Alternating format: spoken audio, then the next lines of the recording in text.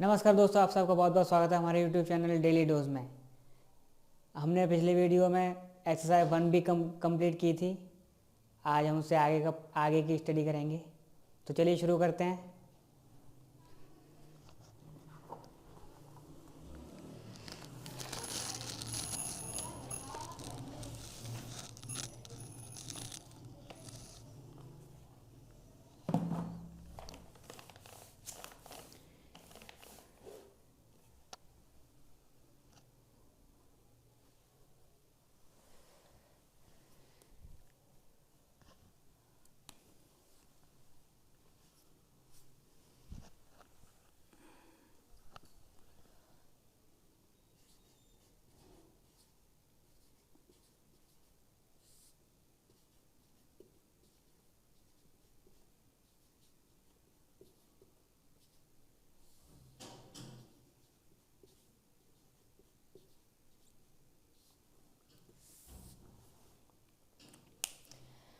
तो दोस्तों, आज हम करेंगे परिमेय संख्याओं का योग कैसे करते हैं।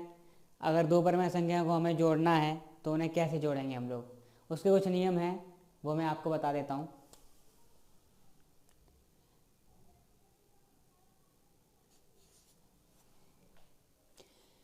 सबसे पहला नियम, परिमेय संख्याओं के हरों को सबसे पहले हमें समान बनाना होता है।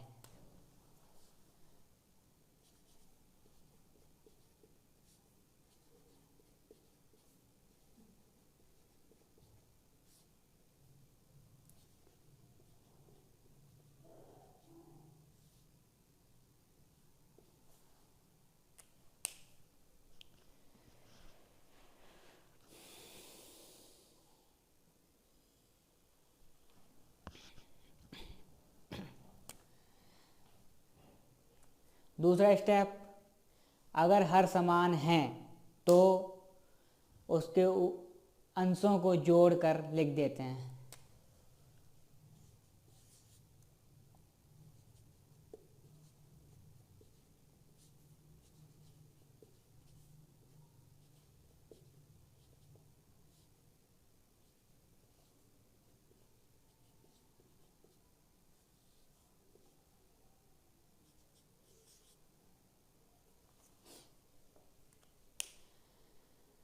तीसरा पॉइंट कहता है कि अगर उनके हर असमान हैं, यानी दोनों हर अलग अलग हैं, तो हमें सबसे पहले उनके हरों को समान बनाना होगा। समान बनाने के लिए हमें उनके एलसीएम निकालने पड़ेंगे, और एलसीएम निकालने के बाद उनके अंशों को कैलकुलेट करके उसके बाद उनको जोड़ सकते हैं। देख लेते हैं।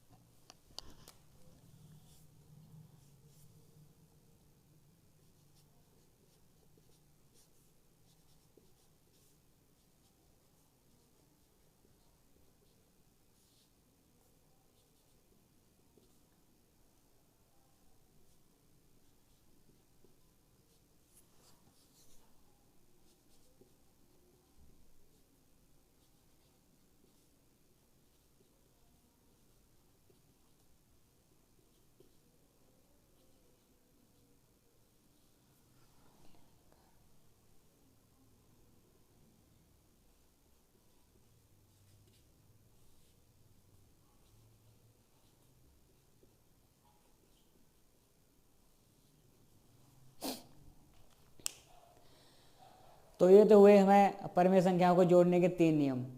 उनके एग्जाम्पल भी देख लेते हैं। एग्जाम्पल से ज़्यादा क्लियर हो जाएगा, उदाहरण से ज़्यादा समझ में आ जाएगा। देखते हैं।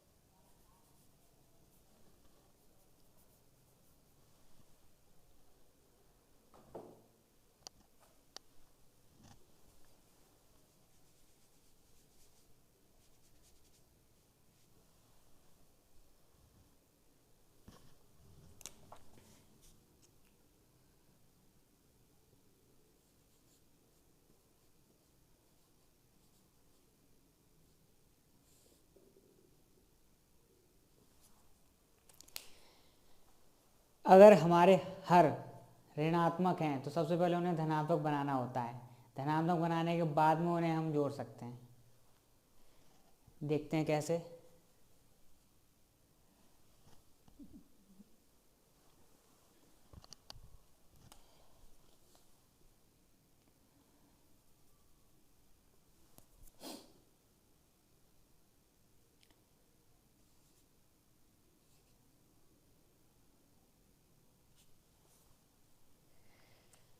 जैसे हमारा ये हर ऋणात्मक है तो सबसे पहले इसे धनात्मक बनाना होगा हमें।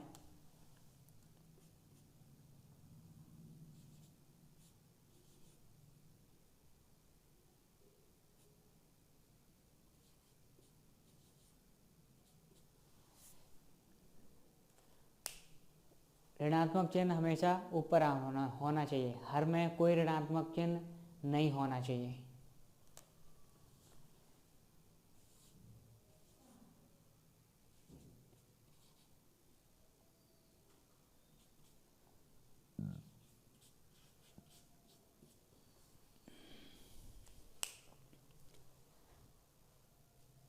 पहला एग्जाम्पल समझ में आ गया होगा, दूसरा करते हैं।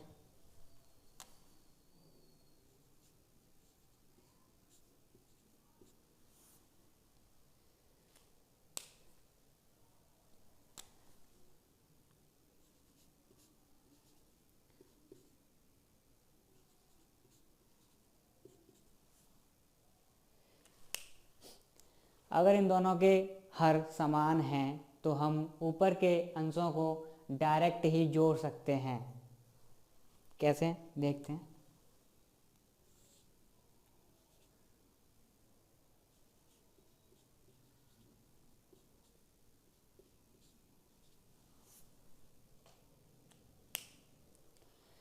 हमारा हर समान था दोनों में, इसलिए हमने ऊपर के नंबरों को डायरेक्ट जोड़ दिया। 3 + 8 = 11/6 यानी 11/6।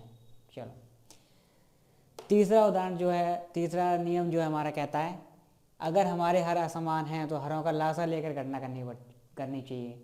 इसका उदाहरण देख लेते हैं।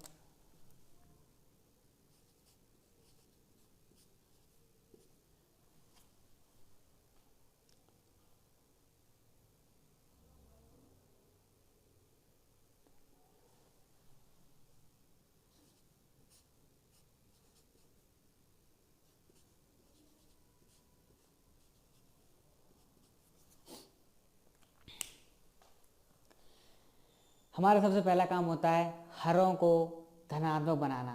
तो हमारा ये हर ऋणात्मक है, इसको सबसे पहले धनात्मक बनाएंगे, उसके बाद सॉल्व करेंगे इसे।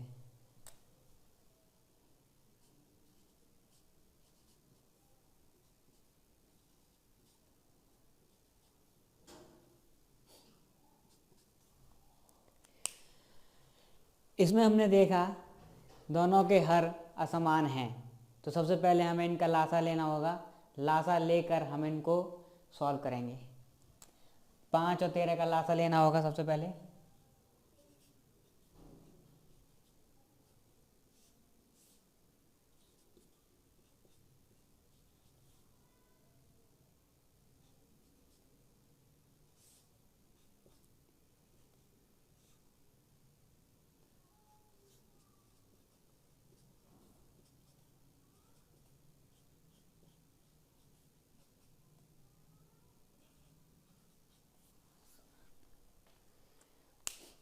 हमारा 5 और 13 का जो लासा आया है वो है 65 आया है।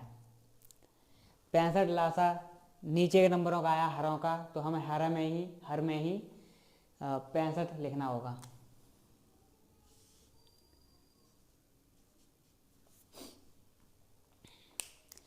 लासा ले लिया। अब हम क्या करते हैं, अपने नंबरों का हर और लासा जो हर में है उन दोनों का भाग करते हैं, और जितनी बार भाग जाएगा उतने का ही गुणा ऊपर के अंश में करेंगे। देखते हैं कैसे। 5 का भाग दिया 65 में, कितनी बार गया, 13 बार।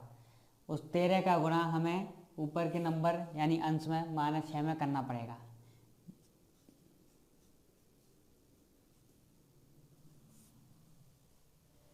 पाँच का भाग दिया 65 में, 13 बार गया, 13 का गुणा -6 में प्लस लगाया। 13 का भाग 65 में दिया 5 बार जाएगा, तो उस 5 का गुणा ऊपर के नंबर में करना पड़ेगा, हर अंश में। अंश में 8 का गुणा करेंगे,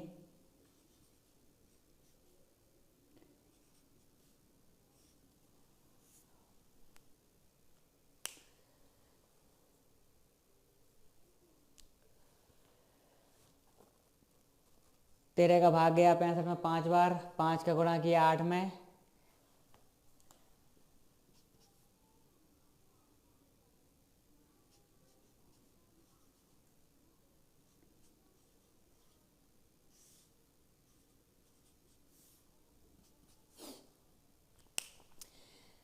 -73 के 78 प्लस के 40।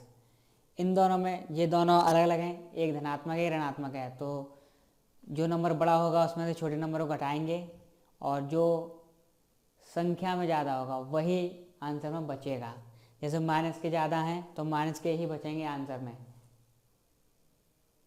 तो घटाते हैं। -78 में 40 गए,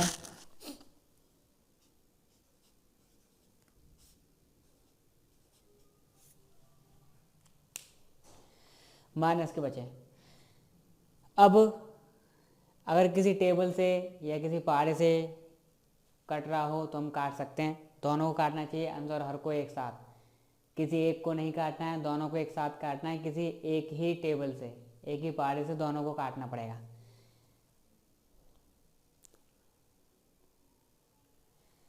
शायद नहीं है।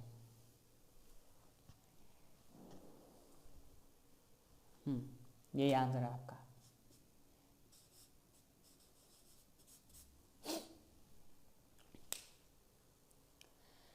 आशा करता हूँ समझ में आया होगा।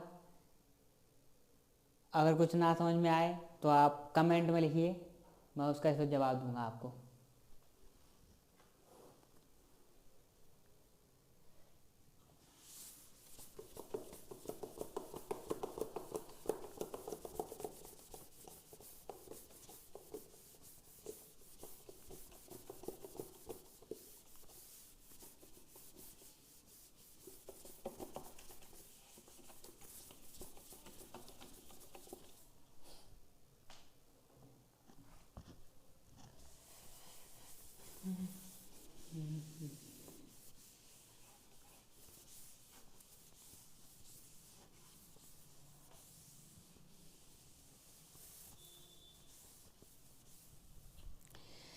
चलिए, अभी हमने परिमेय संख्याओं को जोड़ना सीखा, कैसे जोड़ते हैं। अब उनके कुछ नियम होते हैं, उनको भी देख लेते हैं।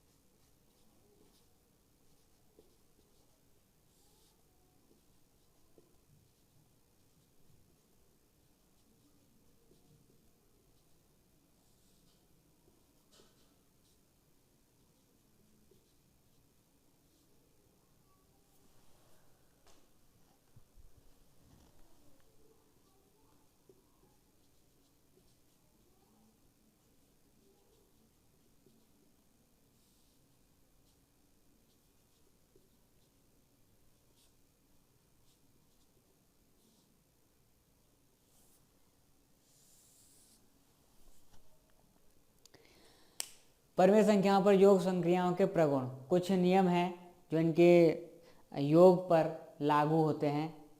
कौन कौन से वो नियम हैं जरा देख लेते हैं।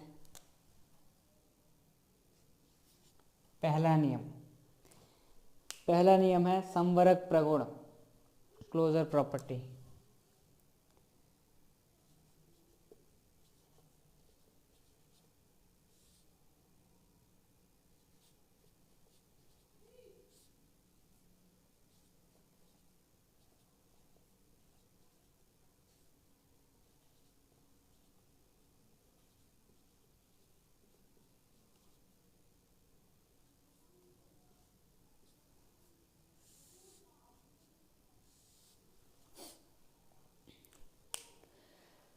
प्रगुण मतलब प्रॉपर्टी। तो परिमेय संख्याओं पर की कुछ प्रॉपर्टीज हैं, उन्हें हम देखते हैं। पहली प्रॉपर्टी क्या कहती है, अगर हम किन्हीं दो संख्याओं यानी दो परिमेय संख्याओं को जोड़ते हैं तो उनका जो आंसर आएगा वो परिमेय संख्या ही होगा। जैसे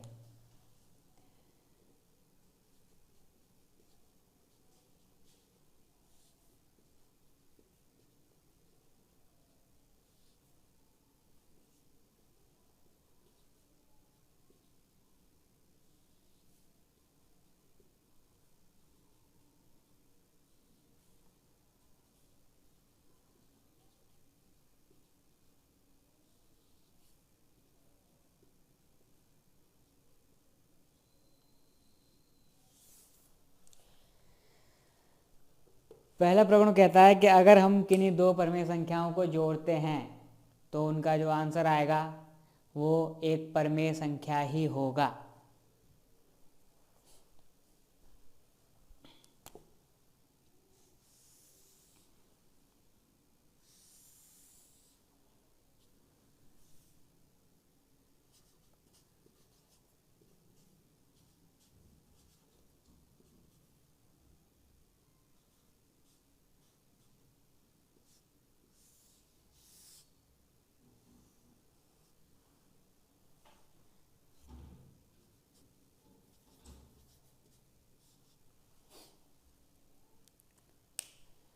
छुआरी भाषा में देखना है तो परिमेय संख्या, एक परिमेय संख्या प्लस दूसरी परिमेय संख्या, आंसर में तीसरी परिमेय संख्या, तीनों ही परिमेय संख्या होंगी। यानी दो परिमेय संख्याओं को जब हम जोड़ते हैं तो आंसर में परिमेय संख्या ही आती है। फॉर्मूले के रूप में a/b एक परिमेय संख्या है प्लस c/d एक परिमेय संख्या है, बराबर में e/f भी एक परिमेय संख्या होगी।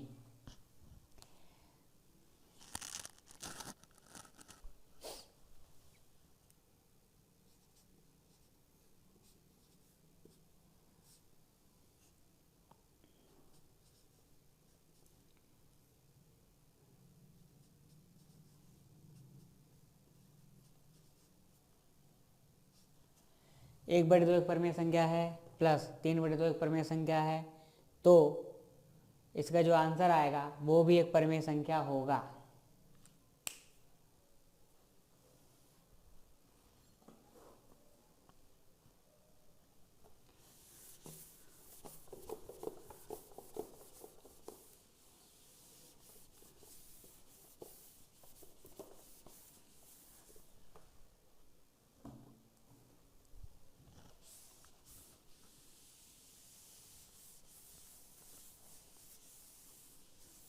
चलिए दूसरी प्रॉपर्टी पे आते हैं।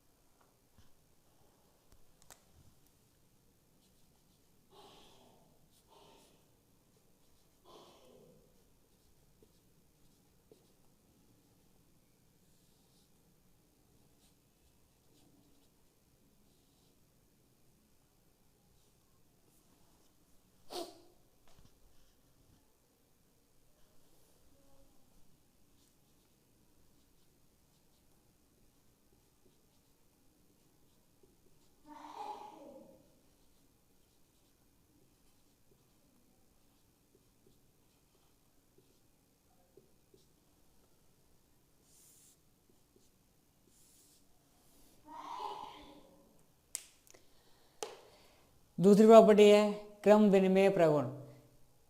इसके नाम से हमें पता चल रहा है कि अगर हम दो परमेय संख्याओं के क्रम को बदल दें तो उनके आंसर पर कोई फर्क नहीं पड़ता।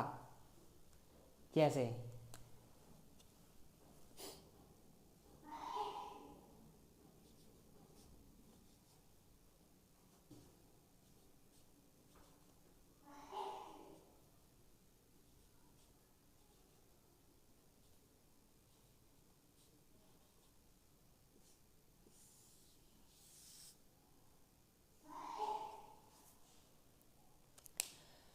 सूत्र के रूप में, अगर कोई एक परिमेय संख्या है a/b और दूसरी कोई परिमेय संख्या है c/d, तो अगर इन दोनों का हम क्रम बदल दें, c/d को पहले लिख दें, a/b को बाद में लिख दें, तब भी इनके आंसर पर कोई फर्क नहीं पड़ेगा, दोनों का आंसर एक ही होगा, समान होगा।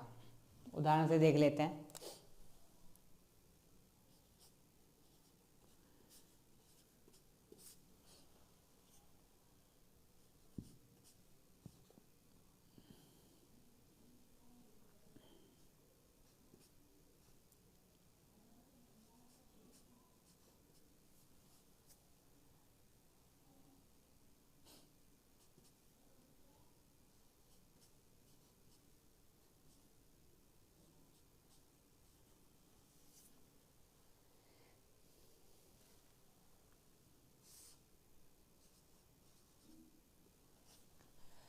चार और सात का एलसीएम आया, 4×7 = 28।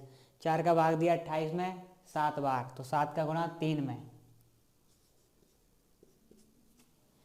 7 का भाग दिया 28 में 4 बार जाता है, 4 का गुणा 3 में।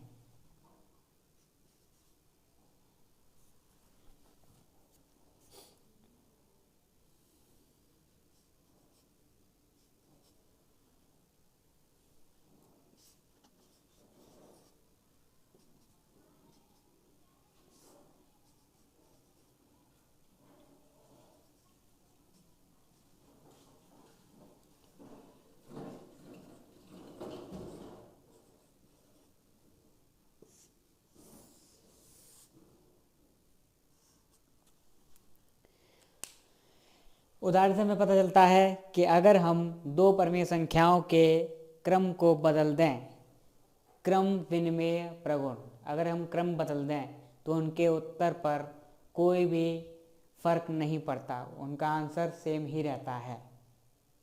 चलिए समझ में आ जाएगा।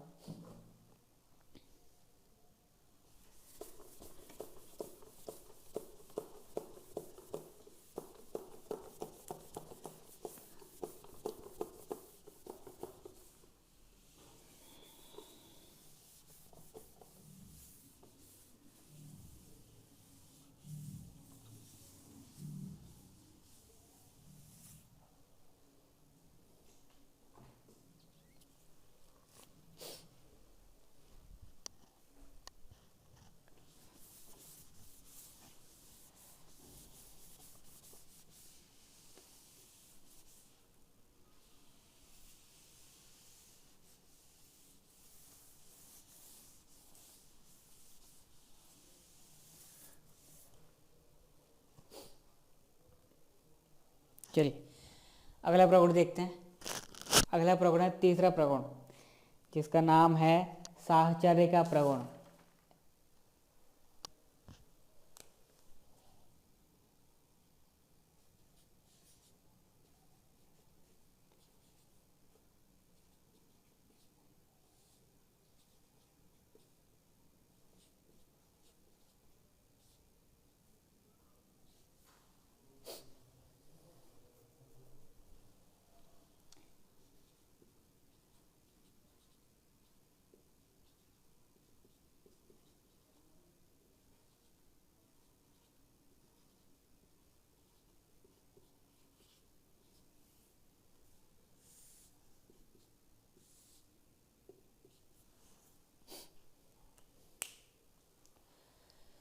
साहचर्य का प्रगुण, साहचर्य का प्रगुण तीन परमेय संख्याओं के लिए लागू होता है।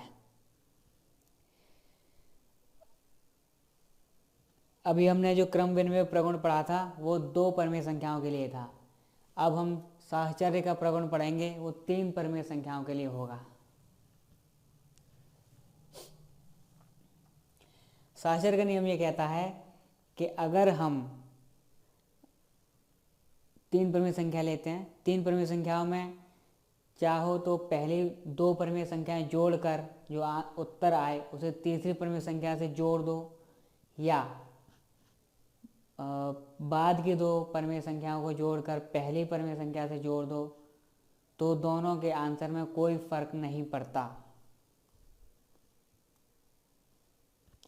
कहने का मतलब यह है कि किन्हीं भी 3 परिमेय संख्याओं को भिन्न भिन्न समूहों में जोड़ने पर भी उनका योगफल समान ही रहता है। जैसे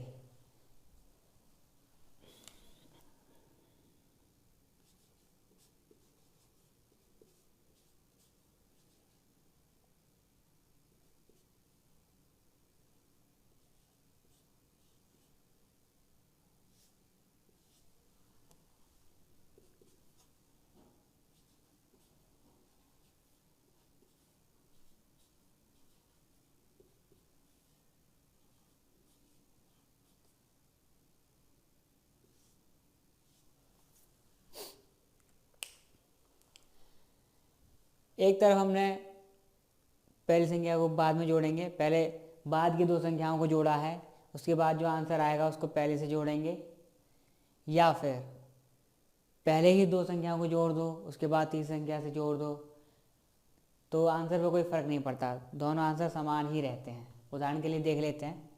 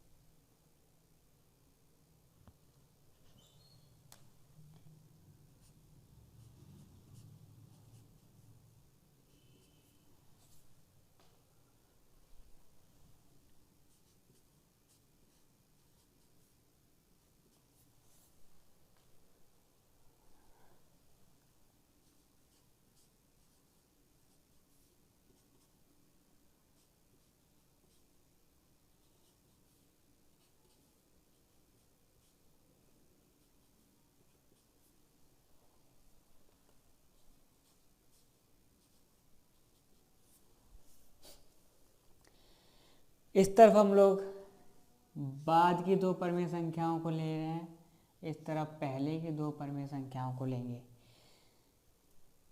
देखते हैं दोनों के आंसर में कोई फर्क पड़ता है या नहीं।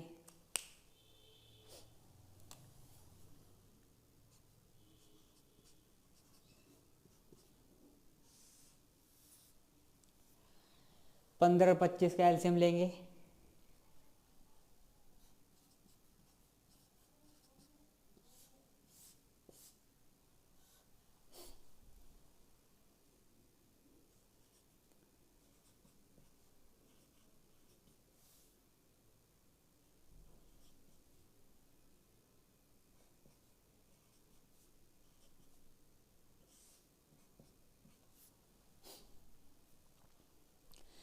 हम वो नंबर लेते हैं भाग करने के लिए, और किसी एक में भी भाग चला जाता है तो हम उसको दे देते हैं, भाग दे देते हैं। और किसी में भी नहीं जा रहा तो उस नंबर को नहीं लेते। 3 का भाग दिया 15 में, 5 बार गया, 25 में नहीं जा रहा था इसलिए हमने 25 को वैसा का वैसा ही लिख दिया। 4 3 के बाद 4 ले लिया, 4 का नहीं जा रहा किसी में, 5 ले लो, 5 का भाग गया 5 में 25 में, दोनों में गया। 5 का भाग 1 बार, 5 का भाग 5 बार, फिर से 5 का 1 बार।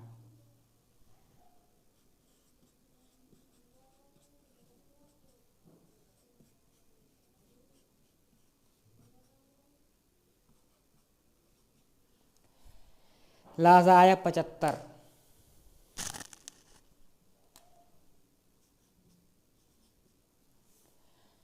15 का भाग दिया 75 में, 5 बार गया, 5 का गुणा ऊपर,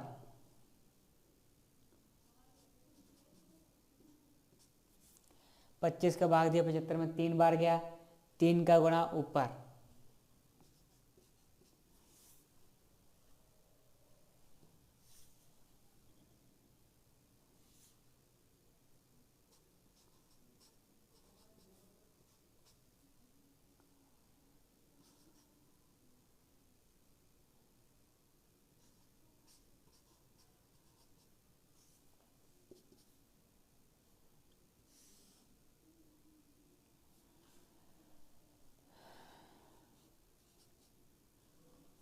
5 और 15 का एलसीएम 15, 5 का भाग दिया 15 में 3 बार, तो 3 का गुणा ऊपर, 15 का भाग दिया 15 में 1 बार गया, तो 1 का गुणा ऊपर अंश में।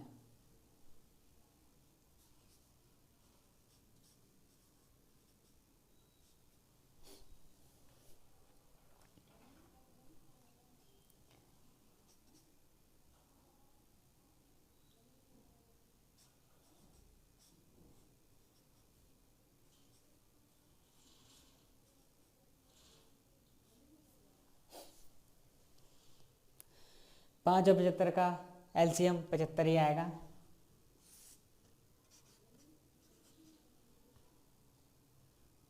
5 का भाग दिया 75 में, 15 बार जाएगा, 15 पंजे 75, तो 15 का गुणा ऊपर -3 में, 15 3 45,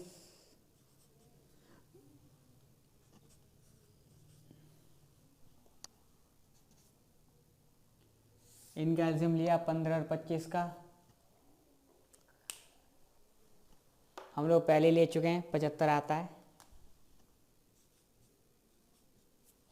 15 का भाग दिया 75 में, 15 पंजे 75, 5 का गुणा 15 पंजे 75, 5 बार, तो 5 का गुणा ऊपर -10,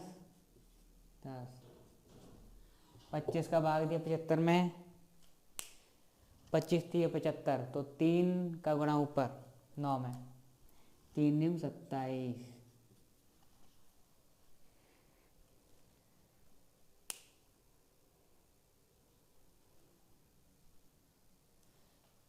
प्लस के ज़्यादा हैं माइनस के कम हैं, तो ज़्यादा में से कम वाले को घटाएंगे, जो ज़्यादा होंगे वही बचेंगे, प्लस के ज़्यादा हैं तो प्लस के ही बचेंगे।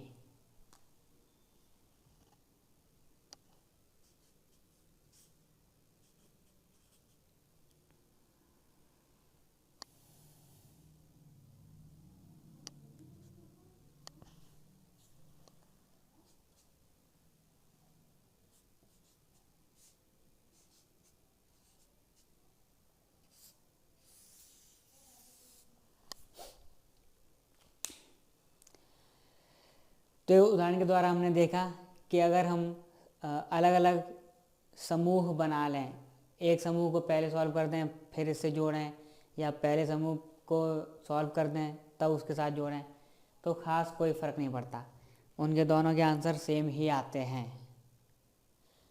तो इनमें भी क्रम बदलने से कोई फ़र्क नहीं पड़ता। वो दो जो क्रम में नियम था वो 2 परमेय संख्याओं के लिए था, उनका भी क्रम बदल के कोई ज़्यादा फर्क नहीं पड़ता। ऐसे ही इस 3 परमेय संख्याओं में भी क्रम बदलने से कोई ज़्यादा आंसर में फ़र्क नहीं पड़ता, आंसर सेम ही रहता है।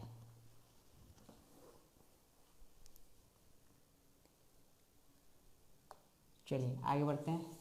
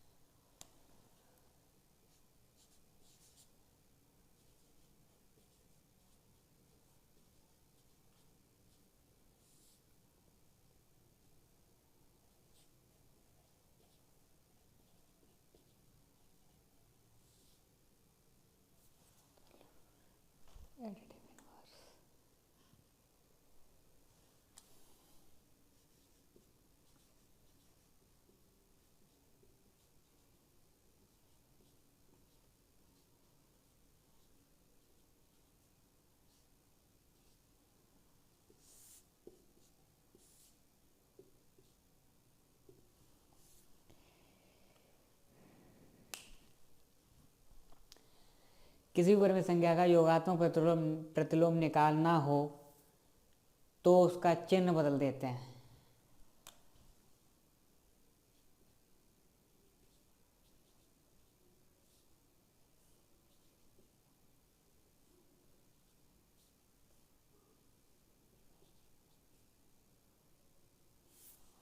बस इतना ही करना होता है।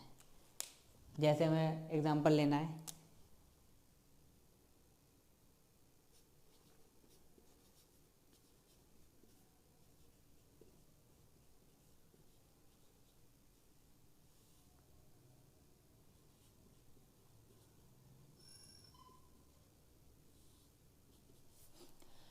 ये ऋणात्मक है और ऋणात्मक का योगात्मक प्रतिलोम उसका धनात्मक होगा, मतलब चिन्ह बदल दो, बस माइनस है तो प्लस कर दो।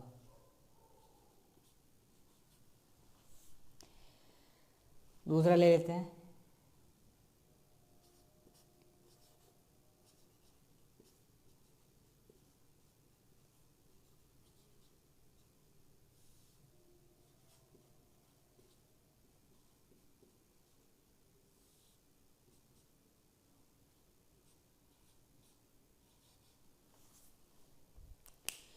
ये धनात्मक था तो धनात्मक का चिन्ह बदल दिया तो ऋणात्मक हो गया।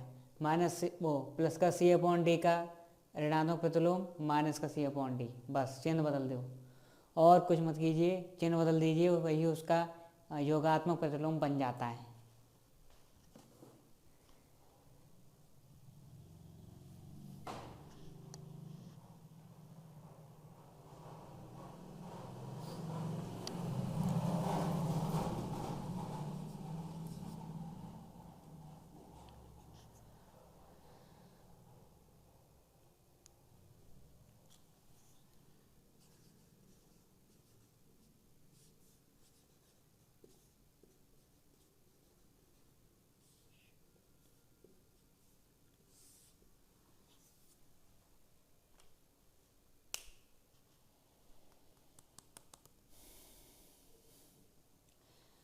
आगे आते हैं शून्य के नियम पे। अगर हम किसी परिमेय संख्या में शून्य जोड़ते हैं या किसी शून्य के साथ में किसी परिमेय संख्या को जोड़ते हैं तो उसका आंसर वही परिमेय संख्या आती है। जैसे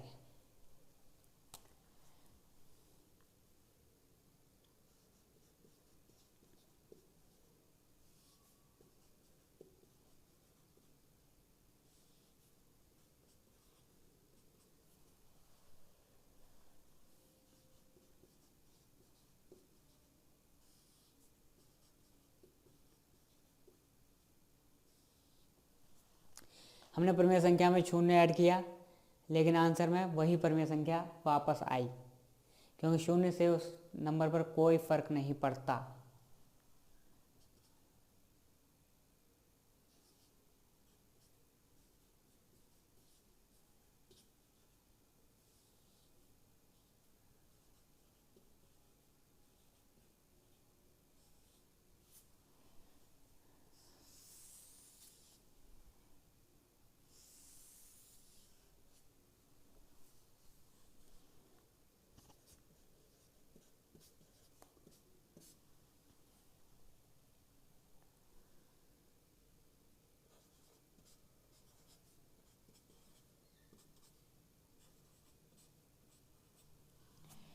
एट अपॉन थ्री में शून्य ऐड किया, कोई फर्क नहीं पड़ा, 8/3 ही रहा।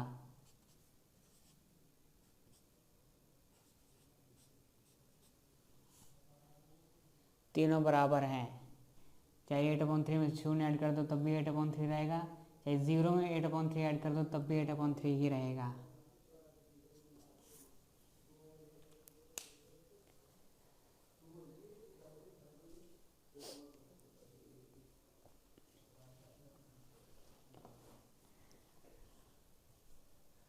चलिए आगे बढ़ते हैं।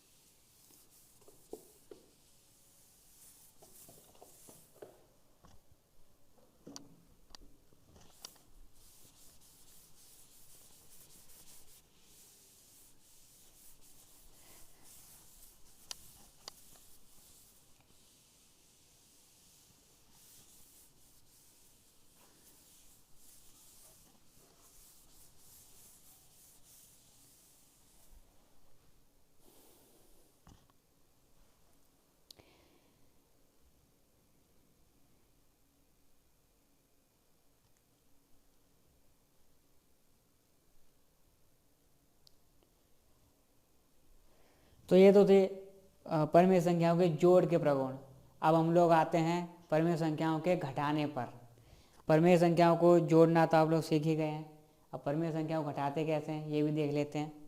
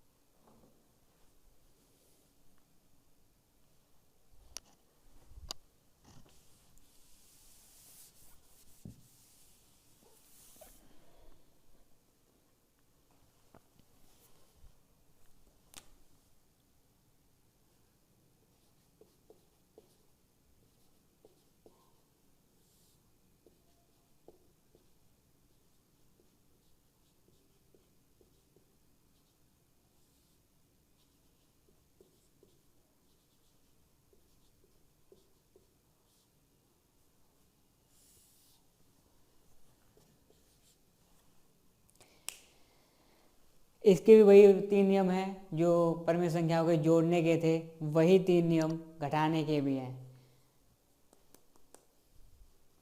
सबसे पहले हमें हरों को धनात्मक बनाना होता है।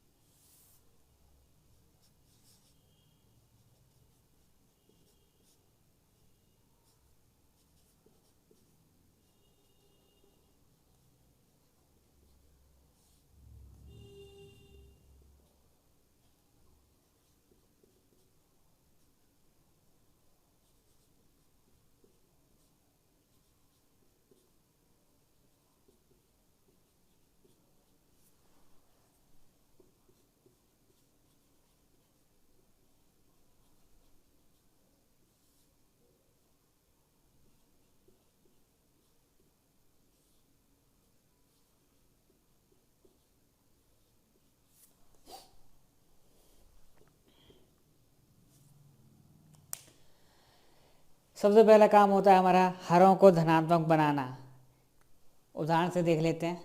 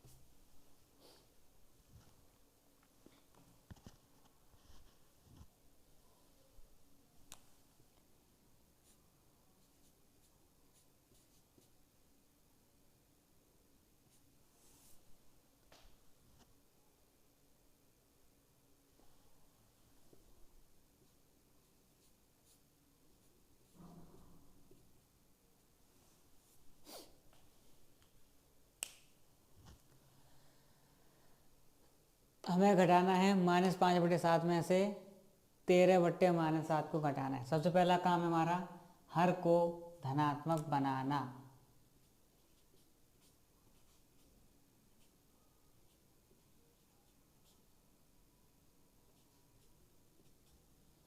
दोनों के हर समान हैं, इसलिए एक ही बार लिखा -5, माइनस माइनस का मल्टीप्लाई हो जाएगा प्लस, इसलिए प्लस हो गया। ये आया आंसर। सबसे पहले हरों को धनात्मक बनाया हमने, दोनों ये माइनस का यानी ऋणात्मक हर था, इसको माइनस को ऊपर ले गए, हर धनात्मक हो गया। बस हर धनात्मक होने के बाद हम लोग आसानी से कैलकुलेट कर सकते हैं। अगर हर समान है तो अंशों को घटा दो, सिंपल सा।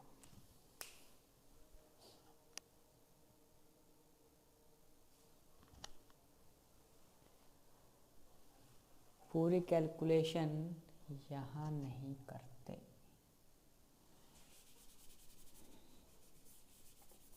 बस इतना ही ठीक है।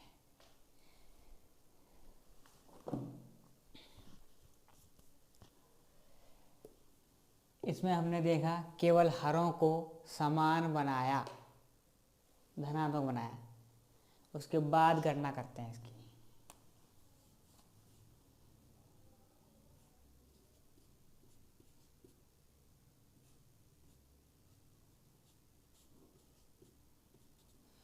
हमने देखा दोनों के हर समान हैं, तो हम ऊपर के नंबर को आसानी से घटा सकते हैं।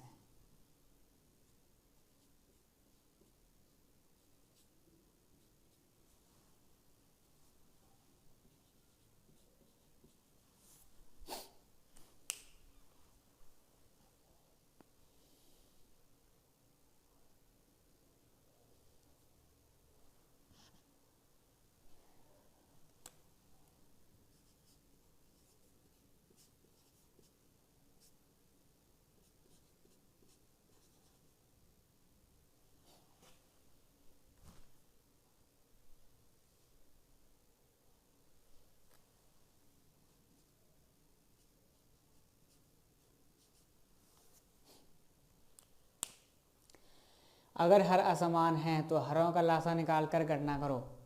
इसमें दोनों के हर असमान हैं तो हमें समान बनाना होगा, इसके लिए लासा निकालना पड़ेगा। लासा निकालना है 8 और 4 का।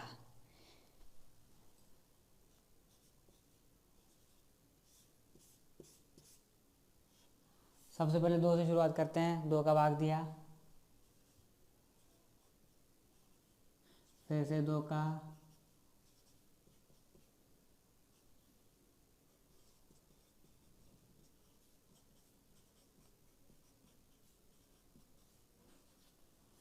लासा आया 8। इन तीनों नंबरों का मल्टीप्लाई किया जाता है लासा में। चलिए लासा ले लेते हैं, 8 लासा आया, 8 का भाग दिया 8 में, एक बार गया तो 1 का गुणा ऊपर -7 में,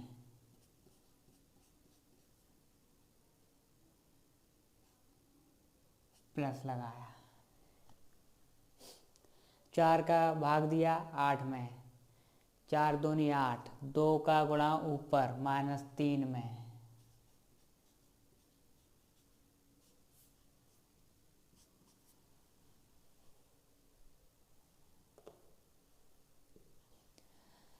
फिर से लिखते हैं -7 -6,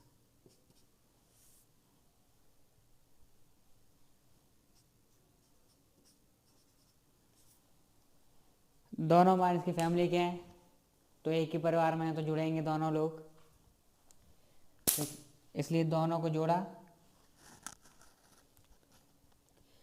और जोड़कर जो आंसर आया, फैमिली भी साथ में लिखनी होती है तो फैमिली है उनकी ऋणात्मक, तो इसलिए ऋणात्मक फैमिली के लिख दिए।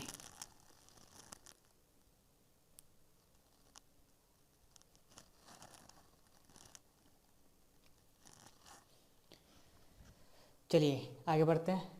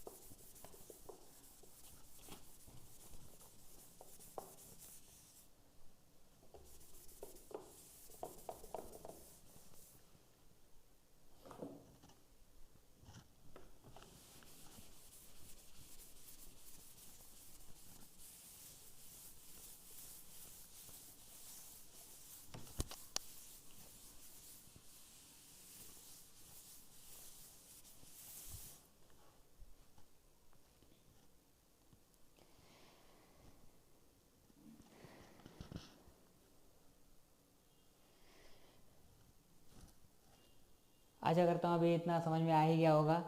अगर कुछ भी समझ में ना आए तो आप लोग कमेंट में पूछ सकते हैं। चलिए आगे बढ़ते हैं। परमेय संख्याओं पर घटाने की संक्रिया के गुण प्रगुण।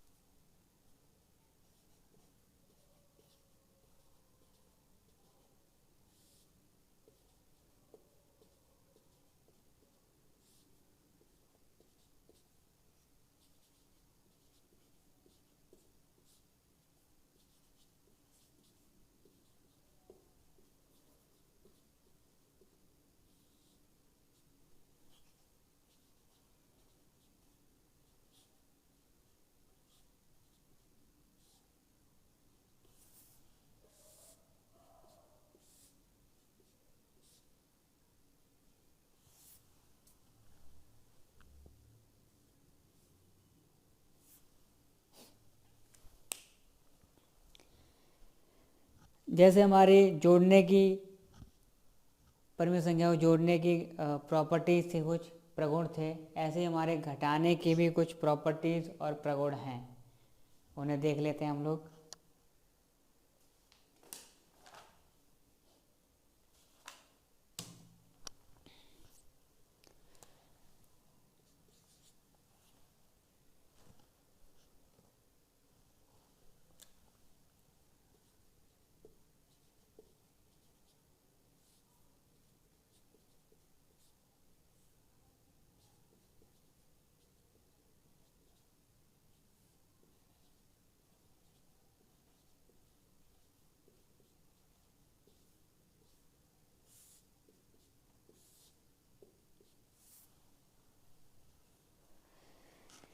क्लोजर प्रॉपर्टी हमारी कहती है कि अगर हम किन्हीं दो परमेय संख्याओं को घटाते हैं तो उसका जो आंसर आएगा वो भी एक परमेय संख्या ही होगा। जैसे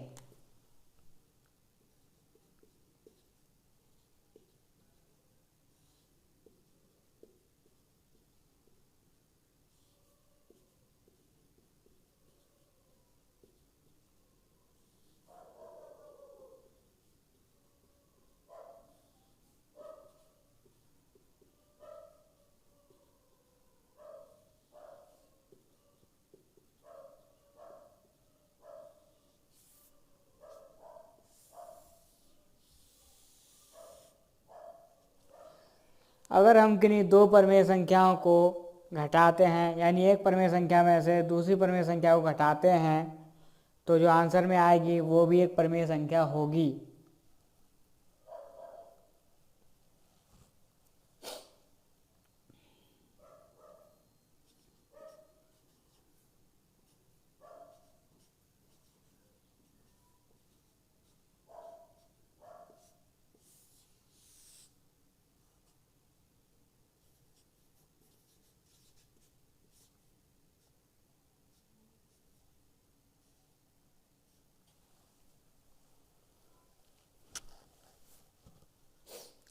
थ्योरी के रूप में ऐसे लिख सकते हैं, मैथ के रूप में इस तरीके से लिख सकते हैं। उदाहरण देख लेते हैं।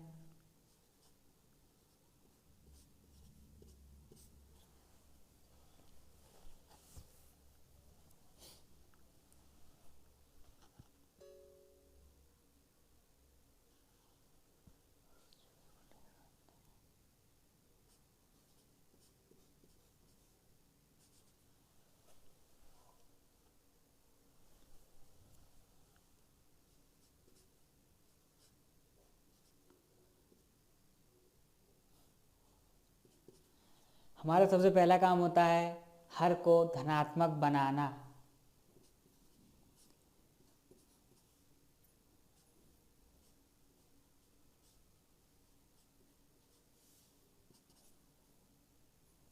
हमने हर को धनात्मक बना लिया। सॉल्व करते हैं। 17 और 34 का एलसीएम निकालना पड़ेगा। 34 आएगा, आप लोग निकालिएगा। 17 का भाग दिया 34 में, 2 बार जाएगा तो 70 दूनी 34, 2 का गुणा ऊपर।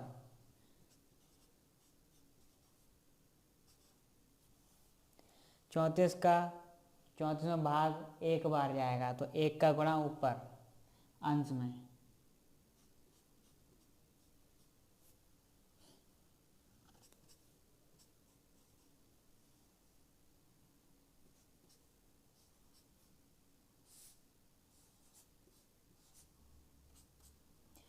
-1 का गुणा -3 में किया था तो +3 आएगा।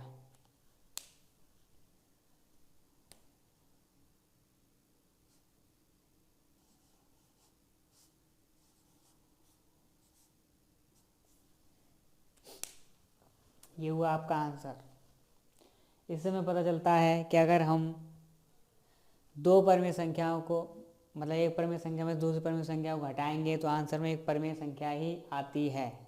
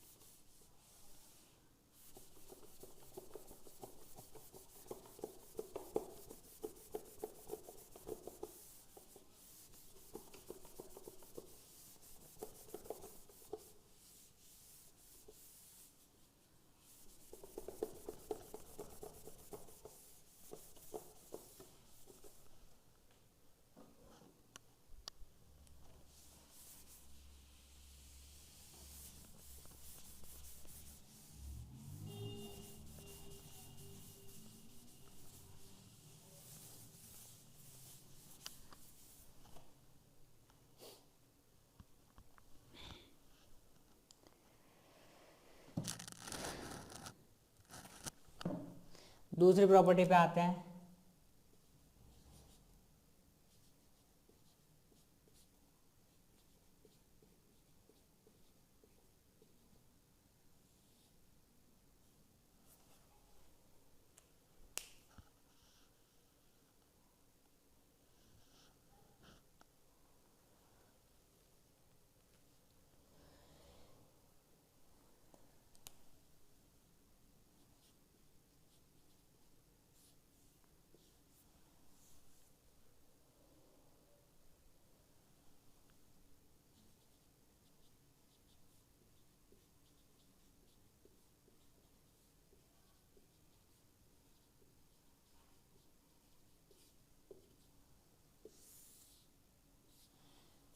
कम्युलेटिव प्रॉपर्टी इसके लिए लागू नहीं होती, क्यों क्रम में प्रगुण इसके लिए लागू नहीं होता, क्योंकि जब हम क्रम बदल देते हैं तो उनका आंसर बदल जाता है, इसलिए ये प्रॉपर्टी इसके लिए नहीं है।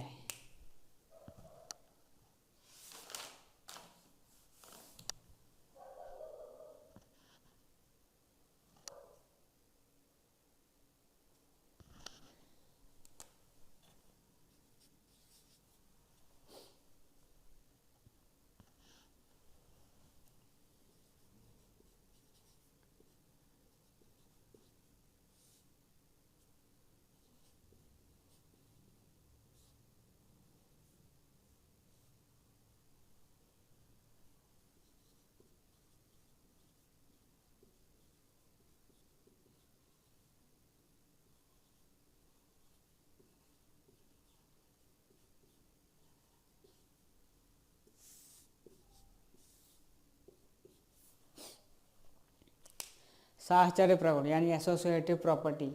एसोसिएटिव प्रॉपर्टी में जब हम तीन प्रमेय संख्याओं को लेते हैं, उनका अगर स्थान परिवर्तन करें तो भी उनके आंसर बदल जाते हैं, समान नहीं रहते।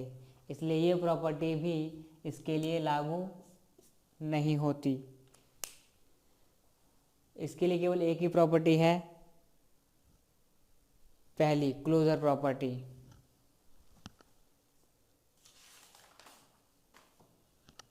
जैसे हम लोग बोलते हैं समवर्ग गुण। चलिए अब इन्हीं प्रॉपर्टी से रिलेटेड एक्सरसाइज हम लोग कल करेंगे। तो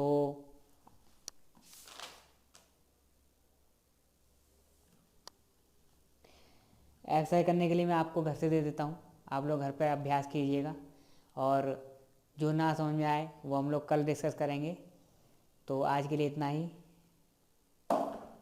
नमस्ते।